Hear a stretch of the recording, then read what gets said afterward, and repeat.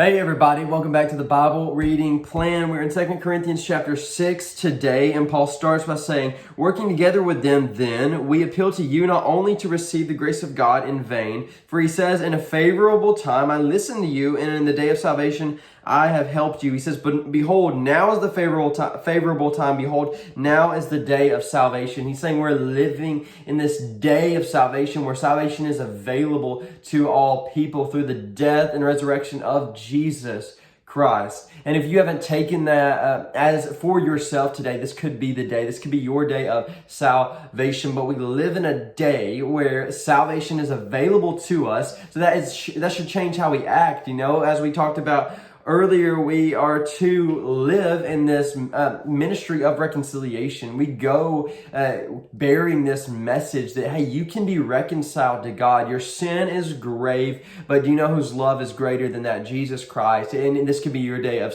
salvation. And he says, as knowing that, he goes on and talks to the Corinthians about a few things, but I want to settle at verse 14 today. He says, do not be unequally yoked with non-believers. For what partnership has righteousness with lawlessness, or what fellowship has light with darkness? And this is one that we get confused a lot of times. I hear this a lot in marriage, talking about marriage. Do not be unequally yoked. Do not marry someone you know is not a Christian if you're a Christian. And yeah, that's good advice. That is generally good advice for Christians. You know, if you are looking for a lifelong mate to serve with, don't look for someone who you can do ministry alongside. Absolutely.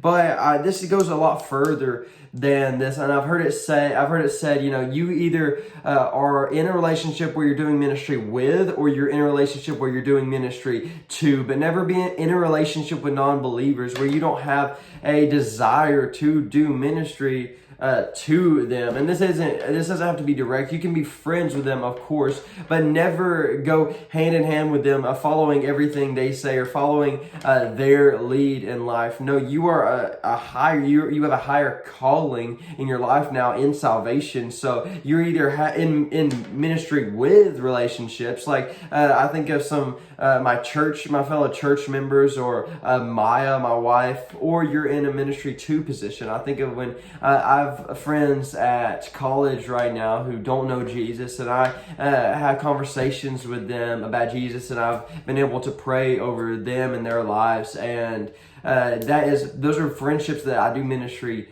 to. And yeah, I think that's a way to go throughout our life. And that's what Paul is saying. Don't be unequally yoked. Don't bear this burden with a non-believer, because if you're in this yoke, if you have a yoke around your neck, and then someone else is bearing the other side of that yoke, where they're going to go, you're going to have to follow them. You can't follow Jesus when you are being directed by this world or unbelievers or Satan.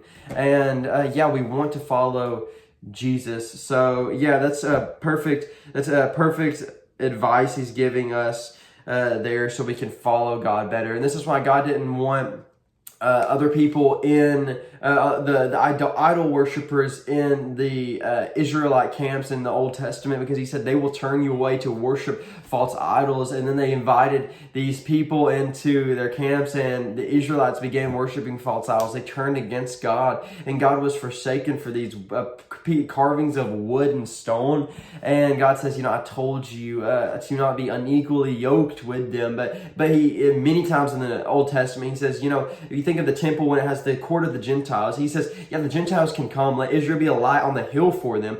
Come on my terms, on God's terms, you know.